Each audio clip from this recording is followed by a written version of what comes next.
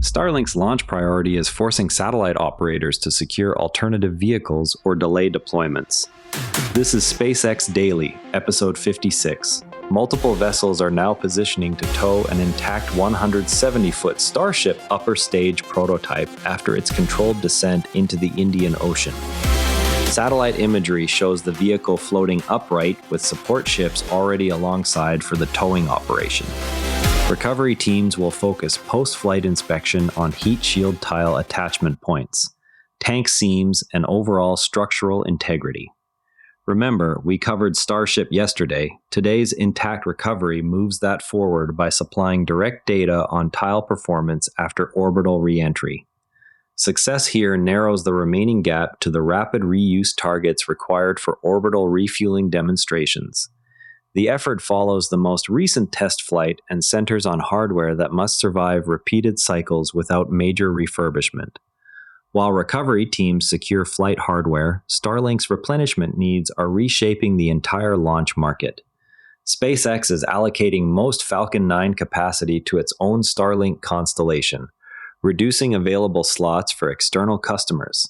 The shift stems from Starlink's need for frequent replenishment launches to maintain coverage and add capacity. Rival operators now face longer wait times or must pivot to other providers. Reports indicate this dynamic is accelerating as Starlink constellation growth continues. External satellite builders are evaluating secondary launch providers to meet their deployment schedules. EchoStar's Hughes geostationary satellite broadband unit has entered bankruptcy proceedings. The filing follows sustained customer migration to lower latency Starlink services. Hughes cited competitive pressure from the growing low Earth orbit constellation as a primary factor. The move highlights shifting economics in the satellite broadband sector. Creditors are now reviewing asset valuations tied to the GEO fleet. SpaceX is set to acquire 130,000 acres of marshland in southern Louisiana. The land purchase supports development of a new launch site in coastal Louisiana. The location offers advantages for heavy lift operations and proximity to existing infrastructure. Negotiations with state officials are nearing completion. The site would expand launch options beyond current Texas and Florida facilities. Environmental assessments are part of the final approval steps. An upcoming Falcon 9 flight from Cape Canaveral will bring Florida's annual launch total to 50. The mission continues the state's record pace for orbital departures. Most flights support Starlink deployment or commercial payloads. Range operations are scaling to handle the volume. This milestone reflects sustained investment in Florida launch infrastructure. The Crew 13 mission is completing final training and vehicle integration ahead of its September target date. Dragon spacecraft and Falcon 9 hardware are undergoing standard pre-launch checks at the Cape. The flight will rotate crew members to the International Space Station. NASA and SpaceX teams are coordinating on timeline milestones. Integration work includes verification of life support systems and docking mechanisms. A Falcon 9 mission is targeted for the first day of August from Vandenberg Space Force Base. The launch will carry a Starlink payload and is visible along the Central California coast under clear conditions. Range and weather reviews are underway. This would mark the start of an active month for West Coast operations. Ground observers are preparing viewing locations north of the base.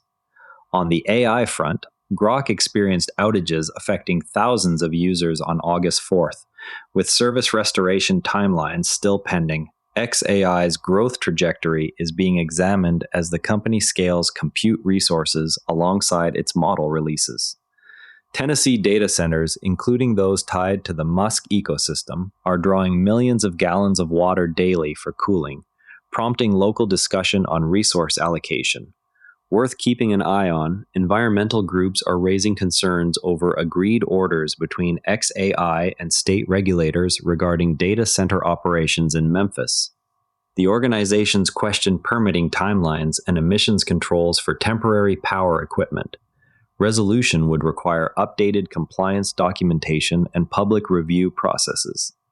Social media users are discussing the potential impact of the Louisiana marshland acquisition on regional wildlife corridors and future pad construction timelines.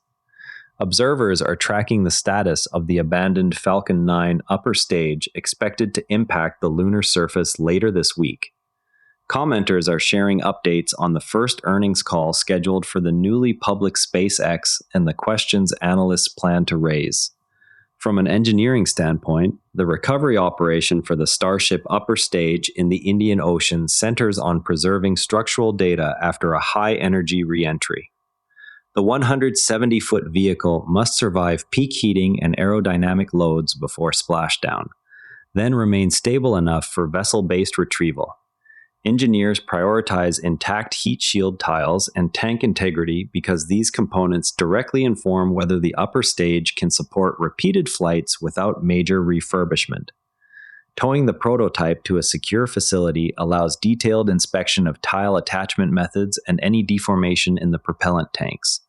Success here would narrow the gap between current test article performance and the rapid reuse targets required for orbital refueling demonstrations.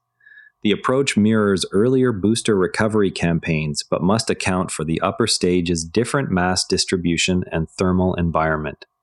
Data from this recovery will feed directly into the next iteration of tile layout and attachment hardware. The physics of upper stage recovery begins with the need to dissipate orbital velocity through atmospheric friction while protecting the vehicle's primary structure. Unlike the Super Heavy booster, which uses grid fins and landing legs for tower capture, the ship relies on its heat shield tiles and body flaps to manage the far higher entry speeds associated with orbital return. Any loss of tile adhesion or tank wall buckling during this phase would require redesign of the attachment points or material stack-up before the next flight test. By recovering the vehicle intact, teams can measure actual versus predicted heat loads on individual tiles and quantify how much margin exists in the current configuration. This measurement loop is essential because each additional successful recovery reduces the effective cost per flight by amortizing the hardware across multiple missions rather than treating each ship as expendable. The Indian Ocean location adds logistical complexity compared with land-based landings, yet it provides a controlled environment where the vehicle can be secured without risking populated areas. Once the prototype reaches a processing facility, non-destructive testing will focus on weld seams in the stainless steel tanks and the mechanical interfaces that hold the thermal protection system. These inspections will reveal whether the current tile geometry and adhesive system can survive multiple cycles or whether a shift to mechanically fastened tiles is required. The outcome directly influences the timeline for demonstrating rapid reuse, a prerequisite for the orbital refueling architecture needed for lunar and Mars missions. Each data point collected from this recovery therefore serves as a calibration step that either validates the existing design or flags specific areas for the next hardware revision. A quick look at the market shows SPCX trading at $114.53, down 0.5%. Before we go, watch for the first August launch from Vandenberg as range and weather reviews continue. That's your SpaceX news for today. SPCX is trading at $114.53, down 0.5%. If the show saves you time, a rating or review on Apple Podcasts or Spotify genuinely helps new listeners find it. I'm Patrick in Vancouver. Thanks for listening. See you tomorrow. One more thing, if you liked today's episode, our sister show, Planetarian Daily, is worth a spot in your feed. Daily breakthroughs in science, health, and longevity.